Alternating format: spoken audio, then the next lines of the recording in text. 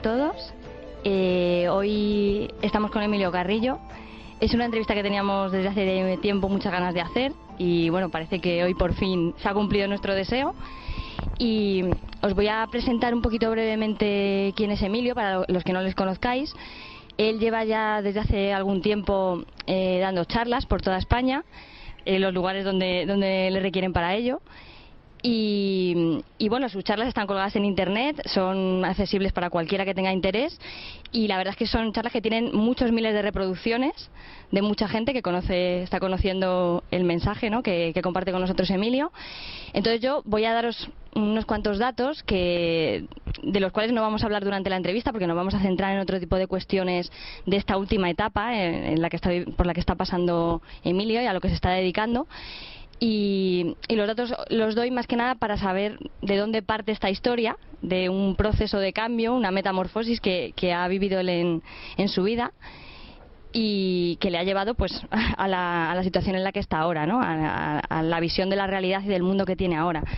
Digo que ha sido un cambio radical, que yo no sé si él estará de acuerdo, yo denominaría como una metamorfosis prácticamente, porque Emilio se ha dedicado durante muchos años a la política. Tiene un currículum que mucha gente consideraría impresionante, ¿no?, porque él ha sido vicealcalde de Sevilla, ha sido también vicepresidente de la Diputación Provincial, ¿verdad? Y bueno, ha sido profesor de universidad, ha trabajado para Naciones Unidas y además es autor de más de 30 libros, de muchos artículos en prensa especializada. Pero bueno, en un momento de su vida él, por una serie de circunstancias, comenzó a ver la realidad de otra manera, a tener una apertura consciencial y luego en concreto un hecho muy trascendente que fue, creo que en 2010, es un tema de una enfermedad, supuso un momento culmen en su vida para iniciar un cambio y abrirse a compartir su experiencia con el resto de las personas. Así que pues, si te parece, partimos de ahí. Y bueno, agradecerte muchísimo la entrevista, ¿no?, porque sabemos que viajas mucho y además vives en Sevilla. Y a mí me gustaría empezar por preguntarte que cómo comienza ese cambio en tu vida, ¿no?, de una persona que se dedica a temas que es economista, que se dedica a temas políticos y económicos, a dar el paso que has dado, ¿no?, a hacer este tipo de charlas y compartir este tipo de temas mucho más espirituales. En estos momentos de mi vida, yo no es que crea, sino que sé que nuestra encarnación en el plano humano es una cadena de vidas. Y que cada vida de las que desarrollamos en el plano humano está íntimamente relacionada con las que hemos desarrollado hasta este momento, con toda esa cadena. Sí. En mi vida actual, yo sé que he estado una serie de años, muchos, por decirlo de una forma muy simple, desplegando experiencias que tenía que cumplir, que tenía que cubrir, que tenía que vivenciar, que correspondían a vivencias de otras vidas. Y bueno, a eso he dedicado una serie de años, bastantes años de mi vida. Es decir, por tanto, es como si hubiera estado cerrando nudos o círculos que venían de atrás. Y también sé que en un momento determinado se empiezan a abrir vivencias que son nuevas, experiencias que son nuevas, y que se corresponden ya no tanto con lo que deriva de vidas anteriores, sino que lo que realmente es mi propósito de vida en esta vida física. Y eso se puede fechar, es decir, hay un momento concreto que se puede fechar, hay una ciudad y hay una circunstancia. Concretamente nos situaríamos en América Latina, en Uruguay, en Montevideo, en el año 2000 concretamente, y en el mes de febrero. Con ocasión de uno de los viajes que por aquella época hacía con frecuencia América Latina en programa de cooperación al desarrollo, se dan una serie de circunstancias que posibilitan que me encuentre con un día libre en la ciudad de Montevideo, que en esa época todavía es verano, una ciudad bellísima que yo conocía ya bien, y con esa enorme libertad pues me dedico a pasear por la avenida principal, que es la avenida 18 de julio, no tiene nada que ver con el 18 de julio español, y que hay una librería que ha sacado libros a la calle. Me acerco a la librería, me parece una buena idea comprar una novela para mientras que doy paseos por Montevideo, voy al mercado del pescado, etcétera, etcétera, pues tener algo que leer. Y de hecho compro una novela cuyo nombre no recuerdo. Pero además de la novela compro otro libro, que la verdad es que no sé por qué lo compré. Ese libro que no sé por qué lo compré y que en principio ni siquiera leí, y que me puse a leer en el viaje de vuelta en el avión porque no conseguía dormir, cosa que siempre hago tremendamente, con mucha facilidad, que dormir en el avión. y que en ese momento no lo conseguía, y como la otra novela se había ya terminado, la había terminado de leer, pues tuve que coger este libro. El libro es quizás conocido para muchas de las personas que siguen vuestra web. Yo en aquel momento no lo conocía de nada. Su título es El Kybalión. Y El Kybalión es un libro que sintetiza los principios herméticos y que posiblemente está datado en sus contenidos fundamentales hace muchos miles de años. Lo sorprendente de ese libro es que cuando empecé a leerlo me sonaba. Pero por mucho esfuerzo que yo hacía en recordar en qué momento de mi vida había leído ese libro, la verdad es que no lo encontraba. Y no solamente me sonaba, sino que conforme iba avanzando en las páginas, me di cuenta que era capaz de vaticinar lo que decía la siguiente página. Pero no de una forma genérica, sino que, como estaba aburrido en el avión, hice un intento de ponerme a escribir lo que venía después de lo que estaba leyendo. Y la reproducción era casi literal. Con lo que me di cuenta que el libro ese me lo había aprendido de memoria. La verdad es que yo solamente me recordaba haber aprendido un texto de memoria, y es que como hice oposiciones a técnico de la Administración General del Estado, una de las cosas que el preparador de oposiciones me obligó a hacer es aprenderme de memoria la Constitución española. Es el único texto que recuerdo de memoria. Y curiosamente mi sensación es que con el Kybalión era exactamente igual, que me lo había aprendido de memoria. Cuando bajé del avión en Madrid, de vuelta de ese viaje, era otra persona. Me di cuenta que había cosas en mi vida que yo desconocía, que no me conocía a mí mismo.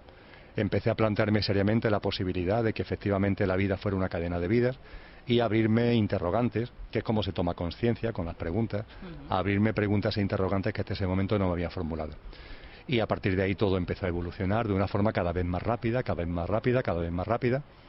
Hubo algunos amigos y amigas que han sido maravillosos en el camino, que me supieron indicar que este es un camino sin vuelta atrás, es decir, que hay un punto culminante en el que, como sigas avanzando, tu vida exterior empieza a cambiar, es decir, ese momento cumbre en el que los cambios interiores empiezan a remoldear tu vida exterior, y que a lo mejor tu mente esos cambios no le gustan, aunque estén promovidos desde tu interior, pero a tu pequeño yo, a tu yo exterior, esos cambios quizá no le apetezcan, y que por tanto hay que tener valentía si se decide seguir para adelante. Claro.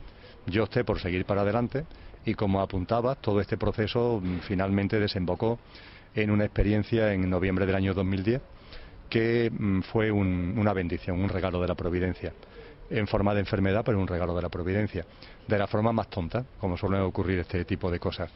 Y es que bajando de un monte, una madrugada de un sábado a un domingo, cercano a Sevilla, en la localidad de Morón, tengo una caída. Esa caída me provoca una fractura del peroné de la pierna izquierda.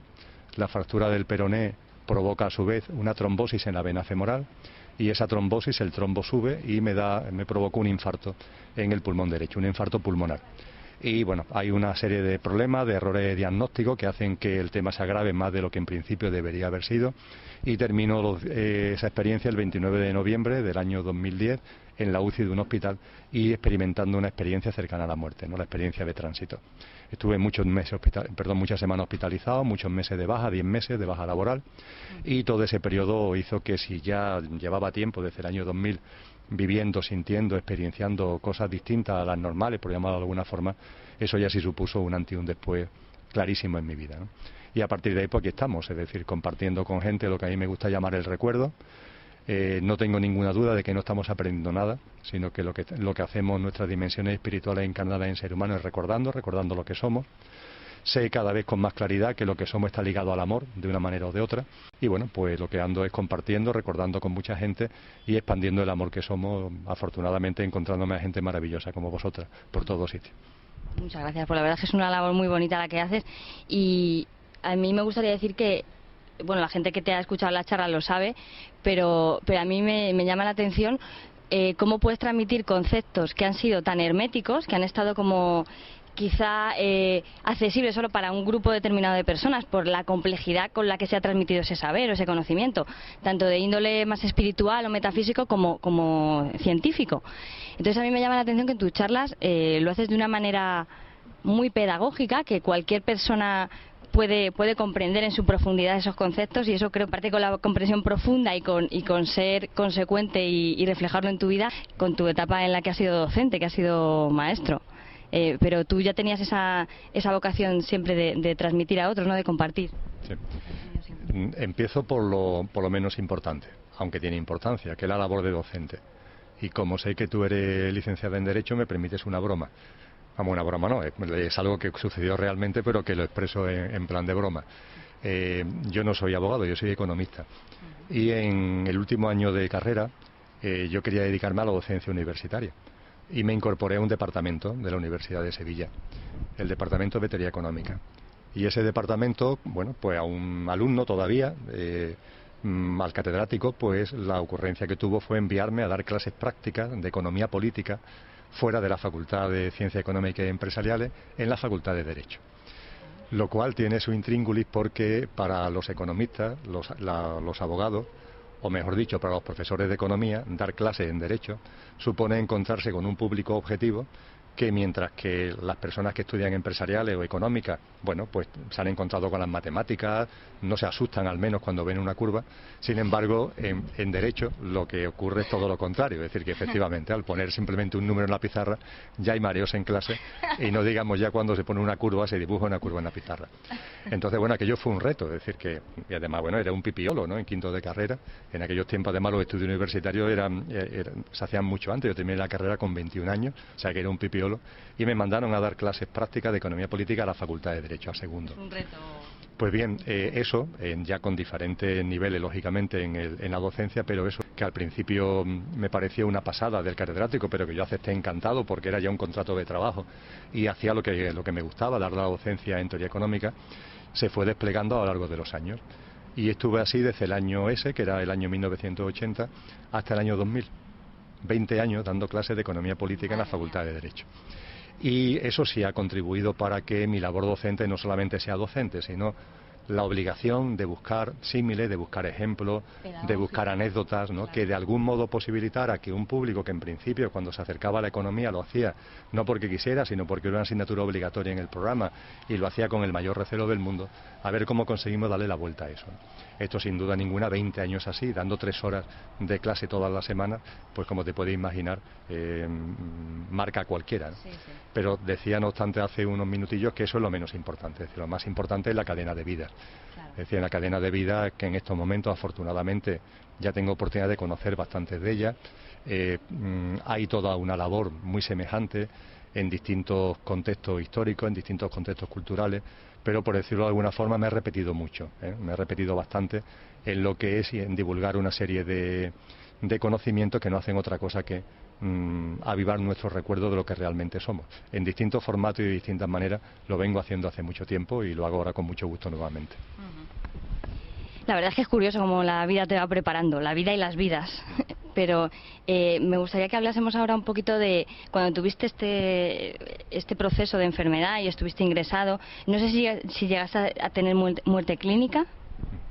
Bueno, fue una experiencia cercana a la muerte, no calificada de muerte clínica. No, mi cuerpo en sentido estricto no llegó a morir, pero sí viví la experiencia de que mi dimensión espiritual saliera del cuerpo físico, que además aprendí que esa salida del cuerpo físico se produce antes de que el fallecimiento acontezca. Es decir, que todo está tan perfectamente hecho que ni siquiera experimentamos nuestra dimensión espiritual, nuestra conciencia, ni siquiera experimenta lo que es el estertor de la muerte.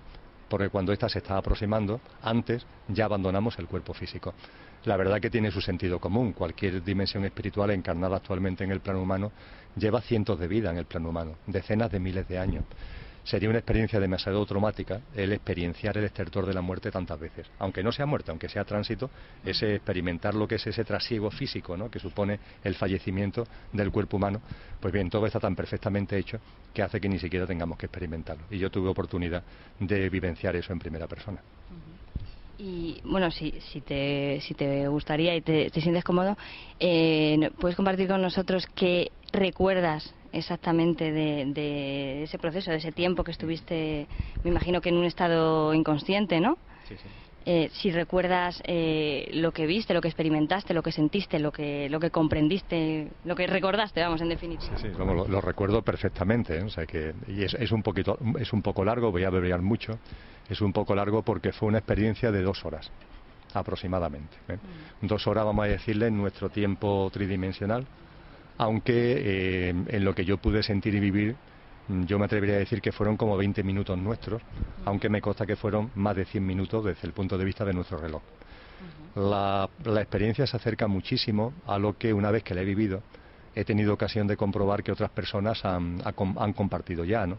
He tenido ocasión posteriormente, no antes, sino posteriormente. Antes era un tema que conocía pero que no me había interesado en primera persona, ¿no?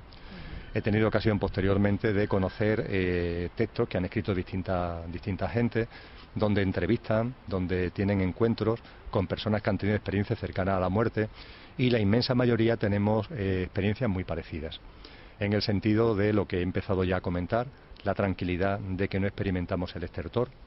En segundo lugar, la sensación de que uno se levanta de su cuerpo. En mi caso, yo lo que vi es que me sentaba sobre mi cuerpo, es decir, en la cama en la que estaba en el hospital, en la UCI, sentarme sobre el cuerpo, de tal forma que podía mirar a mi cuerpo abajo.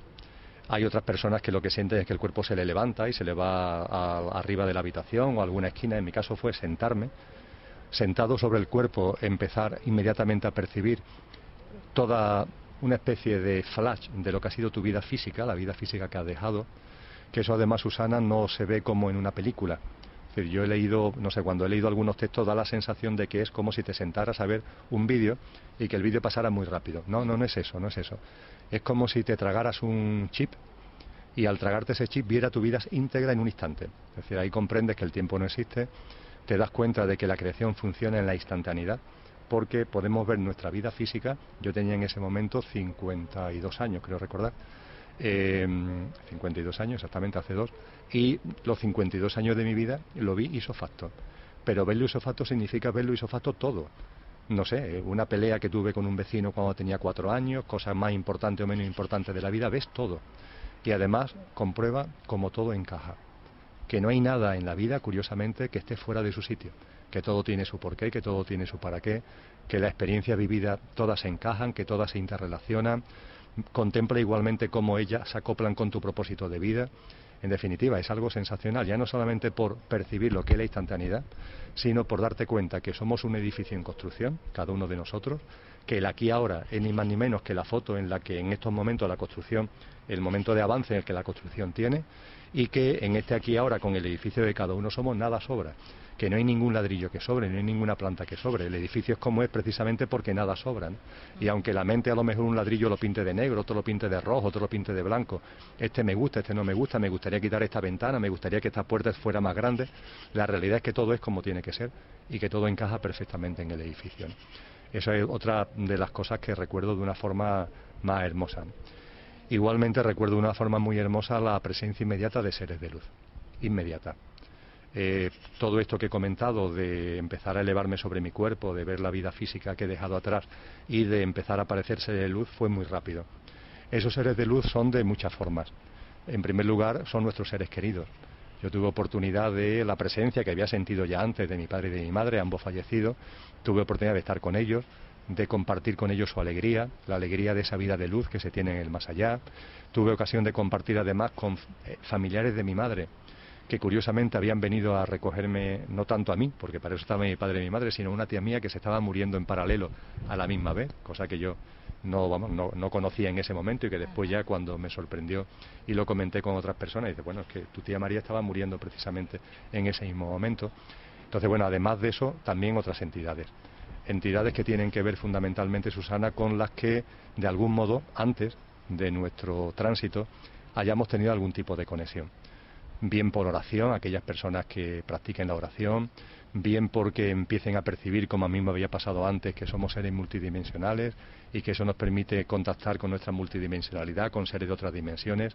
Pues bien, esos seres de otras dimensiones también estaban allí. Y una figura que hasta ese momento para mí había sido importante, pero que no tan radicalmente importante como desde entonces para acá, que es la figura de Cristo Jesús, se hizo muy patente, enormemente patente. Y además con una presencia que llevó a iluminarnos a todos. Es decir, si ya todos éramos luz, el presentir su presencia, fíjate, solamente el presentirla nos iluminó, nos hizo más fluorescentes todavía, y su llegada fue una cosa hermosísima, que tampoco podré olvidar en mi vida. Su rostro, al menos tal como yo lo vi, pero sobre todo lo que sentí, ese amor, esa energía crística tan absolutamente pura, que además conecta con lo que somos por dentro. Es decir, que no es algo que esté fuera, no es algo que tú veas solamente en esa entidad, sino que además siente que eso que estás viendo eres también tú, ¿no? Y cómo se armoniza y cómo todo se acopla, la verdad que es otra experiencia realmente maravillosa.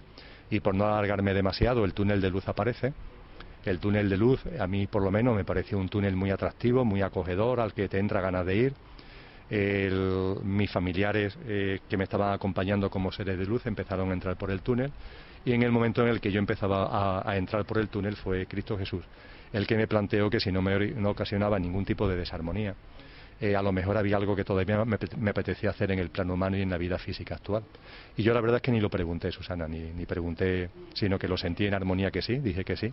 Y bueno, pues en lugar de seguir con mis familiares por el túnel, me volví. Y volví a mi cuerpo físico y bueno, y a partir de ahí sigo aquí. En una prórroga, ¿eh? Lo que sí tengo claro es que fue una prórroga. No sé de cuánto, esto pasa como con los descuentos en los partidos de fútbol, que no sabe el árbitro cuánto va a descontar, pero vamos, sé que estoy en prórroga.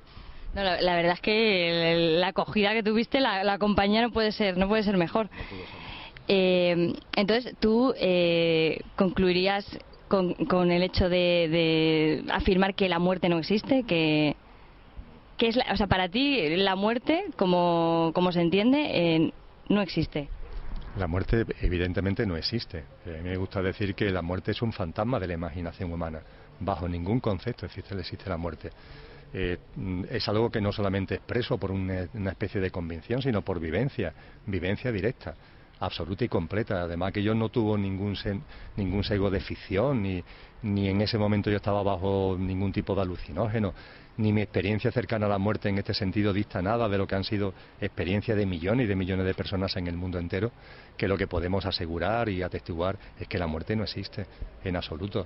Podemos atestiguar que hay un plano de luz que es la vida auténtica, podemos atestiguar que desde ese plano de luz nos proyectamos a este por una serie de razones para vivir experiencias y nos encarnamos en el plano humano, y es verdad que en el plano humano, como es un plano de tercera dimensión, existe la concadenación de muertes físicas que no existen en otras dimensiones, pero aquí sí existe, y bueno, pues tenemos entonces la sensación de que la muerte puede existir, pero no, bajo ningún concepto. Eso lo puedo asegurar fehacientemente, y es algo además que he intentado compartir con muchísimas personas, porque sobre todo hay gente que le teme a la vida porque teme a la muerte. Claro. Y el temor a la muerte hay que eliminarlo por completo, ayuda a vivir en libertad. Y hay personas que, habiendo, fíjate, superado el temor a su muerte, le cuesta mucho trabajo superar el temor a la muerte de sus seres queridos. Mucha gente que te dice, no, si yo el tema de mi muerte soy capaz lo tengo ya superado, ¿no? Pero que se muera mi hijo, que se muera mi hija, mi pareja, ¿no? La muerte no existe, es que no existe para nadie, ¿no? Y lo que existe es una presencia permanente. Las dimensiones espirituales encarnadas en seres humanos, cuando transitamos al otro plano, seguimos estando en armonía y seguimos estando en sintonía con los seres queridos que siguen estando en este plano. Lo que ocurre es que nos autolimitamos mentalmente, ¿no? Que como nos educan, nos enseñan, o no sé, o nosotros mismos nos convencemos de que eso no es posible, pues claro, si creemos que no es posible, no es posible. Nosotros mismos nos autolimitamos. Pero las personas que son capaces de romper ese velo, ¿no? Y de abrir con claridad su mente y su espíritu, sobre todo, y su corazón, ¿no? A ese más allá y a esa presencia de seres queridos, de seres cercanos que han transitado, los encuentran, los hallan. Porque también sé, porque me lo dijeron mis padres, ¿no?, que esos seres queridos de otros planos de luz están deseando estar con nosotros. Mejor dicho, no estar con nosotros, que están, sino que nos demos cuenta que ellos también lo pasan mal, entre comillas, cuando ven que los que se han quedado aquí lo pasan tan mal por su ausencia, ¿no? Y que quisieran tener una comunicación, valorando, y eso sí, valorando que se le eche de menos, es decir, valorando el hecho de que con la muerte física, claro, en el plano humano se llora y se echa de menos esa presencia, ¿no? Pero también dándote cuenta de que realmente la presencia sigue estando, y es una presencia muy potente, una presencia espiritual, pero es una presencia real.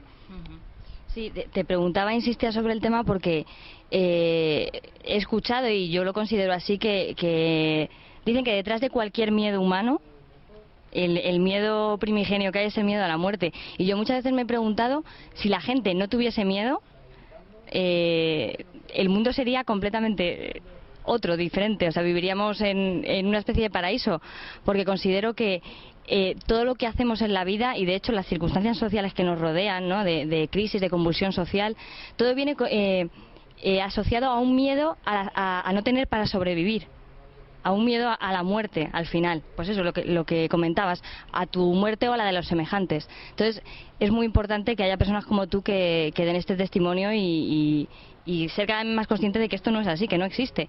Por eso mi siguiente pregunta va en el sentido de he escuchado en tus charlas que explicas de una manera que me parece extraordinaria y muy sencilla el proceso de expansión de la conciencia, cómo se desarrolla en un ser humano. y la repercusión que tiene esto en el concepto de realidad, de lo que es la realidad. Entonces, para ti, ¿qué es la realidad con mayúsculas y cómo se activa ese proceso de expansión de la conciencia? Es muy fácil de sintetizar.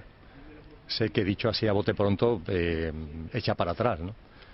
Pero lo que yo comparto y creo que es el recuerdo que estamos activando es que en lo que llamamos este mundo, en lo que llamamos entre comillas nuestra vida,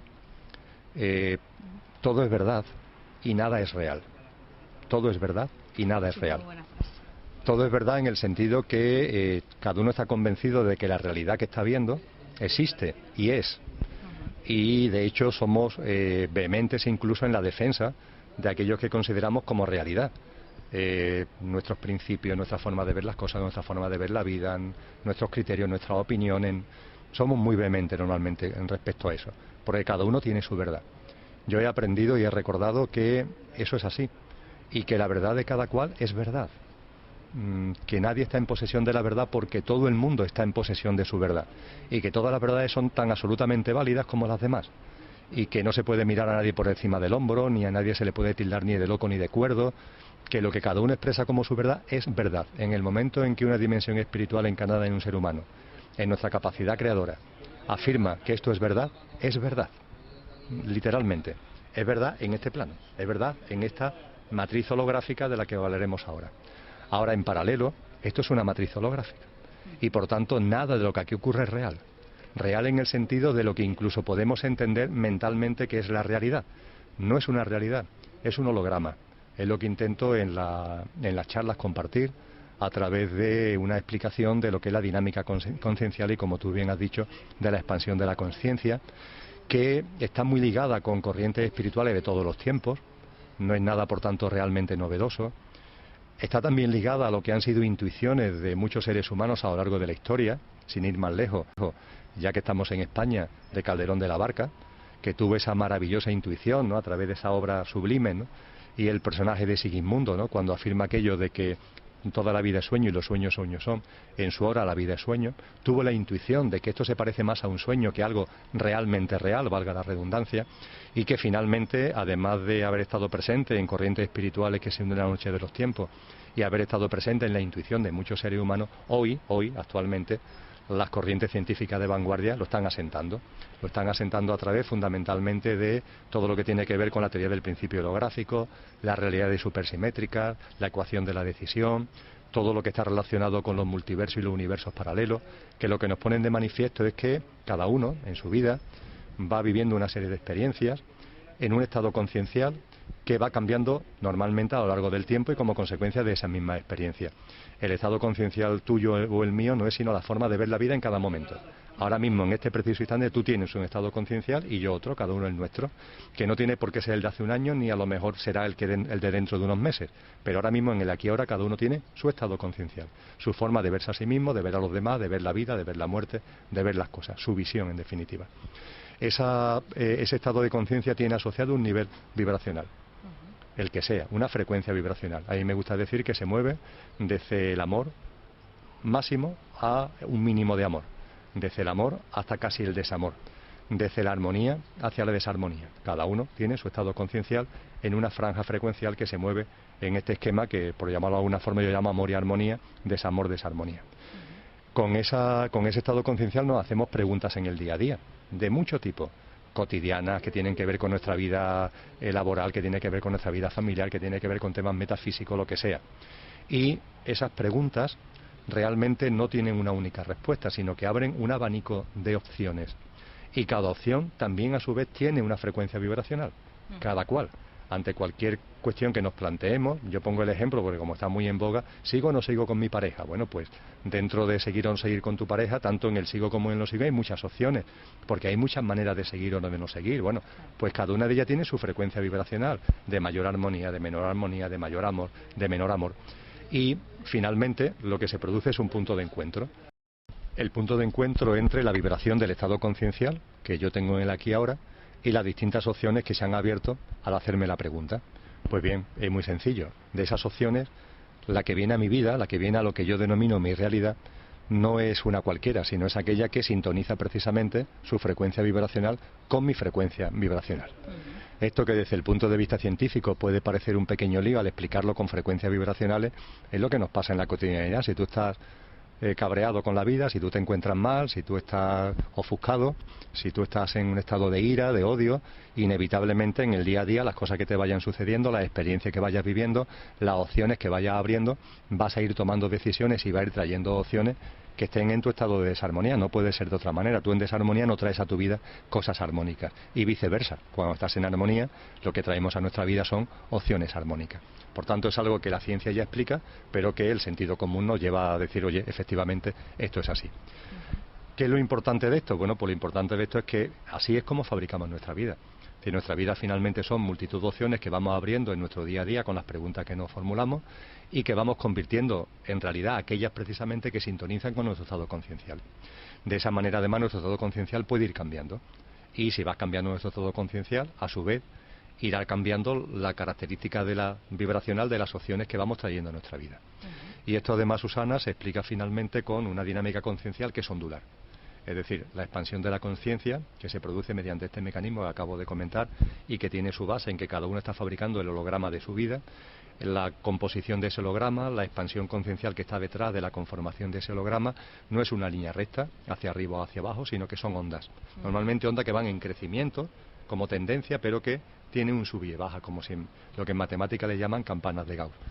Y la parte de su vida es una parte placentera, una parte donde uno siente que todo armoniza con uno mismo, etcétera. Pero también es expansión conciencial, de la misma forma cuando empieza la bajada. Y normalmente nuestra mente nos dice que eso es algo que no se debe vivir, que uno quiere evitar. Pero sin embargo forma parte de la expansión conciencial. San Juan de la Cruz lo llamó la noche oscura. Y la noche oscura, más hermosa que la alborada, es ni más ni menos que el preámbulo de un nuevo amanecer y de una nueva fase de ascenso en la campana de Gauss que explica nuestra dinámica conciencial. Por tanto, cuando se vive noche oscura, la noche oscura hay que aceptarla como parte precisamente de la expansión conciencial. Y eso sí, también es importante tener en cuenta que cuando la noche oscura se acepta, cuando esa bajada de la onda se acepta, la bajada no es tan bajada, es decir, la bajada es menos intensa y dura menos tiempo. En cambio, cuando nos resistimos a la noche oscura, la resistencia es persistencia y por tanto la caída es más dura y la noche oscura se hace más larga. Finalmente, Susana, como consecuencia de todo lo que acabo de comentar, tú fabricas tu holograma, yo estoy fabricando el mío, Sofía está fabricando el suyo, las personas que nos están siguiendo cada uno fabricamos el nuestro y entre todos fabricamos una matriz holográfica. En esa matriz holográfica, que lo explica muy bien la película Matrix, lo explica muy bien en cuanto a su configuración, en esa matriz holográfica cada uno cree que su realidad es real. Ninguna lo es realmente. Cada uno cree que su verdad es verdad y en esa matriz holográfica la verdad de cada uno es verdad. En esa matriz holográfica los hologramas nos necesitamos los unos a los otros. Es decir, si tú y yo estamos compartiendo esta charla es porque en el holograma que tú estás creando con tu vida y el holograma que yo estoy creando con mi vida, nos necesitamos por algún motivo, por alguna razón. Si no, no se produce nuestro encuentro. A eso yo lo llamo las intersecciones concienciales. Aplicando la teoría de los conjuntos, el conjunto A y el conjunto B que enseñaban antes en el colegio, hay una intersección cuando hay un solapamiento mayor o menor entre dos conjuntos. Pues bien, el punto de encuentro entre dos personas, la intersección conciencial entre dos personas puede ser una charla de un café un día y no lo ves más en la vida, o bueno, o una relación de pareja que dure 50 años, ¿no? Evidentemente la intersección es mayor o es menor. Pero cualquier intersección conciencial que se produce en nuestra vida con el holograma de otra persona, con otra persona, es porque necesitamos la realidad que esa otra persona está creando para la realidad que nosotros estamos creando con nuestra vida. Hay una necesidad. Y lo más maravilloso es que esa necesidad puede ser directa o indirecta. Es decir, para que nos proporcione una ayuda directa o indirecta para la vida que yo quiero crear. Tú hoy en el encuentro conmigo, tú tendrás tus motivos y tus razones, pero yo lo tengo que analizar desde mi prisma. Yo estoy creando una realidad y mantener esta charla contigo significa que en la realidad que yo estoy creando, el que tú aparezcas en mi vida para mantener esta charla, yo lo necesito, por las razones que sean. Tú me ayudas a crear mi realidad. Pues bien, esa ayuda, no digo en tu caso, sino en general, esa ayuda puede ser directa o indirecta. La ayuda directa, aquellas personas que aparecen en nuestra vida y que nos dan amor, nos dan cariño, nos dan apoyo, nos dan ánimo, en definitiva, nos dan cariño. Esa es la ayuda directa. Y se entiende bien, ¿verdad? Que nos están ayudando. cuesta más trabajo entender que también aquellas personas que están en tu vida, diciéndolo coloquialmente, haciéndote la puñeta, te están también ayudando. Eufemísticamente yo lo llamo una ayuda indirecta, para diferenciarlo de la otra, de la ayuda directa. Pero funciona exactamente igual. Realmente esas personas que aparentemente te están poniendo ahí trabas, que te están poniendo obstáculos, que te están generando problemas, te están ayudando a crear tu realidad. Eso cuesta trabajo aceptarlo, porque claro, hay personas que hacen mucho daño y dice, bueno, esa persona que me está haciendo tanto daño, ¿cómo es posible que Emilio me diga que me está ayudando? Yo ahí lo que recomiendo entonces son unos minutos de silencio. Recomiendo respirar conscientemente, apartarse a un lugar solitario y encontrarse con uno mismo y empezar a indagar dentro de uno qué es lo que en mi realidad está realmente provocando que esa persona que me está haciendo la puñeta haya aparecido en mi vida y se mantenga en mi vida. Y se encuentran las respuestas, se encuentra el porqué. Eso sí, en la medida en que mi estado conciencial vaya cambiando, esas intersecciones concienciales o se fortalecen o se diluyen. En mi proceso, por ejemplo, que hemos comentado al principio de la entrevista, a lo largo de estos años, bueno, pues había intersecciones concienciales con personas que cuando mi estado conciencial era uno, eran muy intensas y que conforme mi estado conciencial ha ido modificándose como consecuencia del proceso que hemos comentado, han ido diluyéndose de mi vida. No porque huyamos de ellas, sino simplemente porque ya no encajan dentro de lo que es tu nuevo estado conciencial.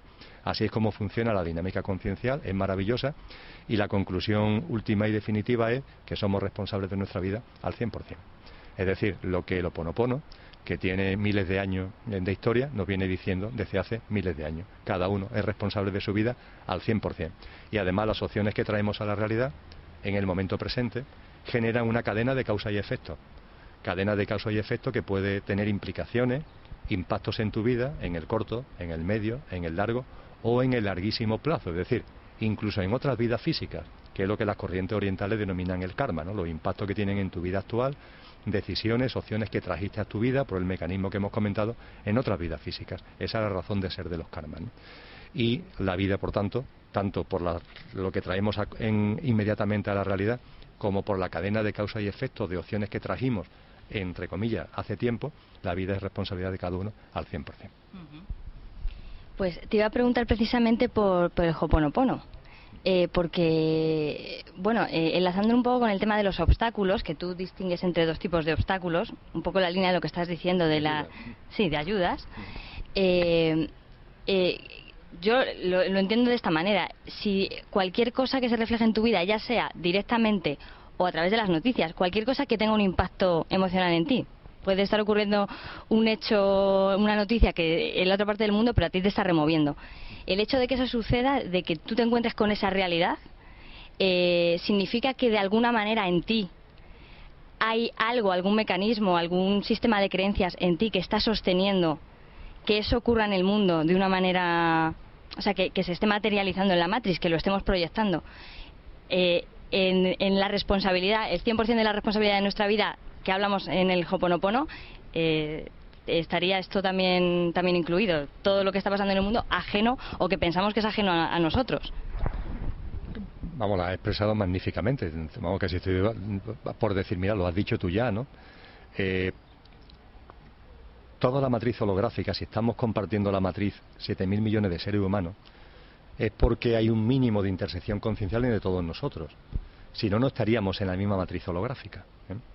De hecho, la matriz holográfica actualmente está empezando a tener reconfiguraciones muy potentes y no es de descartar que en lo que aquí llamamos tiempo se produzca una división, como si fuera una célula que se rompe en dos matrices holográficas diferentes, habida cuenta de que empieza a haber maneras muy distintas de ver el mundo dentro de la humanidad, tan distinta que puede llegar un momento, insisto, de como las células se dividen en dos, la matriz holográfica se rompa en dos.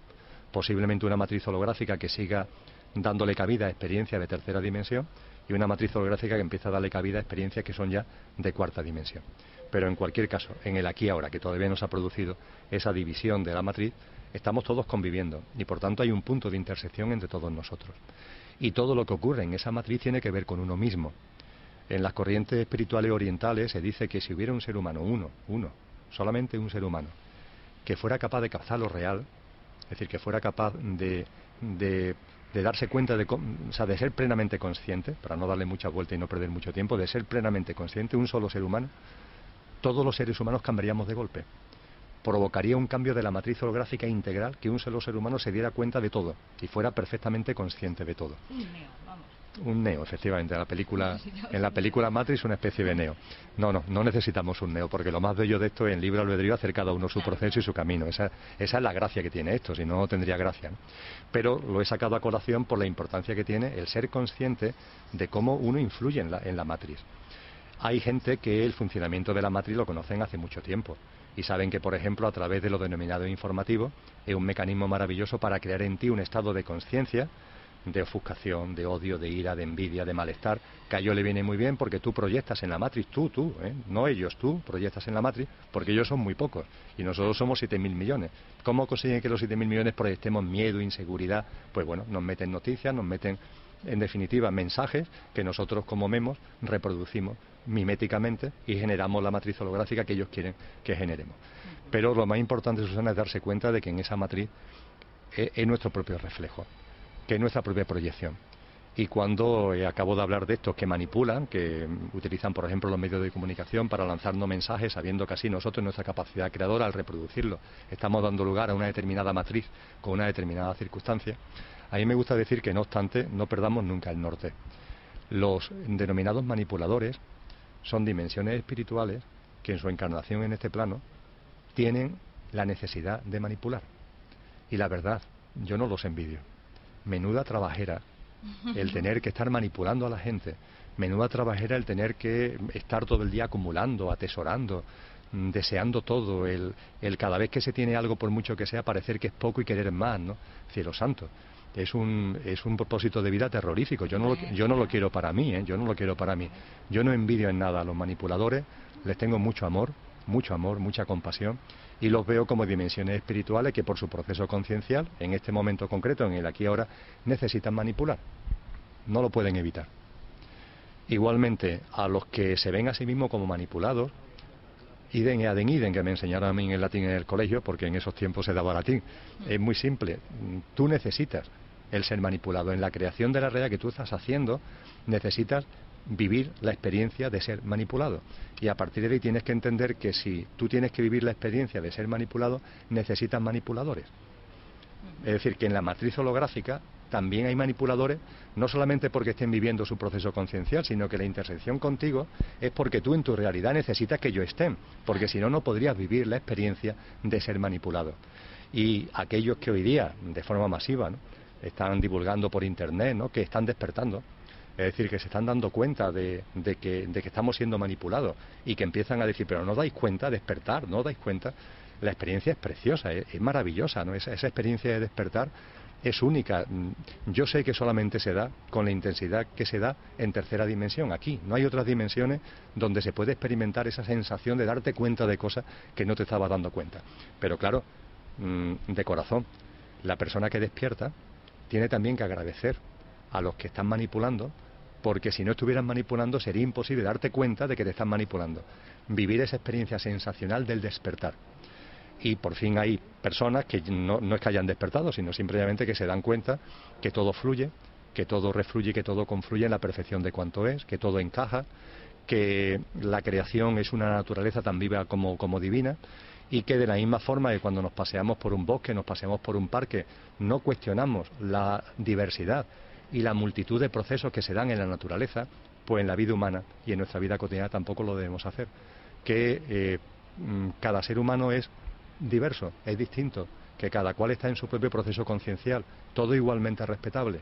Eso no significa que si yo veo que alguien te hace daño a ti, yo como por mi corazón no voy a intentar evitarlo, pero sabiendo perfectamente que esa persona que daña está en un proceso de libre albedrío y de estado conciencial que lo lleva a hacer eso, sabiendo perfectamente que el que recibe el daño está en un proceso, en un estado conciencial que hace que reciba el daño, etcétera, etcétera, etcétera. Es decir, la aceptación. Es enormemente importante la aceptación, porque finalmente la aceptación, primero de uno mismo, es lo que posibilita que aceptemos a los demás y que aceptemos al mundo, y esa aceptación es la que abre las puertas del amor.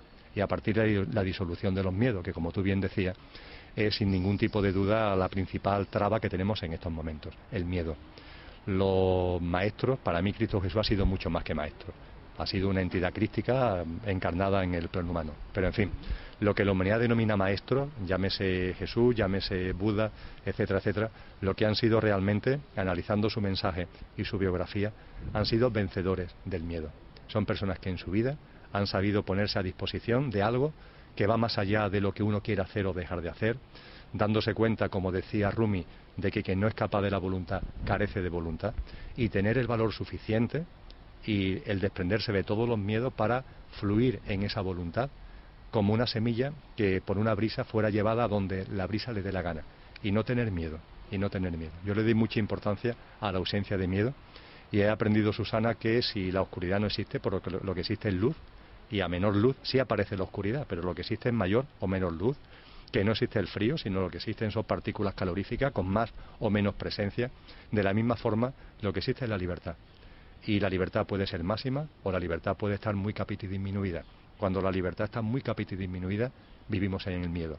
El miedo es simplemente la ausencia de libertad. Y los seres humanos nos tenemos que dar cuenta de eso, de que el miedo es la ausencia de libertad. De muchas de las cosas que estamos hablando, considero que hay mucha gente ya que está siendo consciente. Sin embargo, yo, por muchas personas con las que hablo, por amigos y la gente que me rodea, yo he observado un sentimiento, yo a veces comparto ese sentimiento también, de cierta frustración, porque aunque seas consciente de todo esto, de que la realidad es mucho más amplia, que somos 100% responsables, que estamos nosotros proyectando esta matriz holográfica, hay muchas veces que esa conciencia no arranca, digamos, o no hace que se diluya, quizá todo lo rápido que nos gustaría, ciertos sentimientos, ciertas vibraciones bajas que a veces sentimos, ¿no? Como puede ser sentimiento de culpa, sentimiento de rabia, que muchas veces sentimos que es un lastre para que se produzca verdaderamente un cambio, una transformación en nuestra vida. Supongo que tiene que ver mucho con lo que has hablado, por ejemplo, de prácticas como el Ho'oponopono o la aceptación. Pero sí que me gustaría preguntar, porque considero que a mucha gente le va a interesar mucho y le puede ser muy útil, ¿qué sugerirías tú o qué herramientas aconsejarías o que a ti quizás te hayan funcionado para intentar superar esas emociones que hay veces que están como ancladas, como enquistadas en uno, y que aunque te estés dando cuenta parece que muchas veces te arrastran y tienen un poder en tu vida muy, muy grande? Pues si puedo compartir una experiencia, por llamarlo de alguna forma un procedimiento. Tú has mencionado anteriormente a Neo. Neo es el protagonista de la película Matrix. Neo adquiere conciencia de quién él es y de lo que es real. Adquiere conciencia en el yo soy en su plena dimensión. Neo, al adquirir conciencia, logra algo muy importante, que está también al alcance de nosotros: entrar y salir de la matriz. Es decir, la matriz no solamente podemos entender cómo funciona, lo acabo de intentar resumir en el rato que vamos charlando, sino que además podemos salir de ella. Y eso es clave. Es decir, muchas cosas que nos pasan, muchos sentimientos que tenemos por dentro, muchas ofuscaciones, derivan del hecho de que, aun comprendiendo cómo funciona la matriz, estamos siempre en la matriz.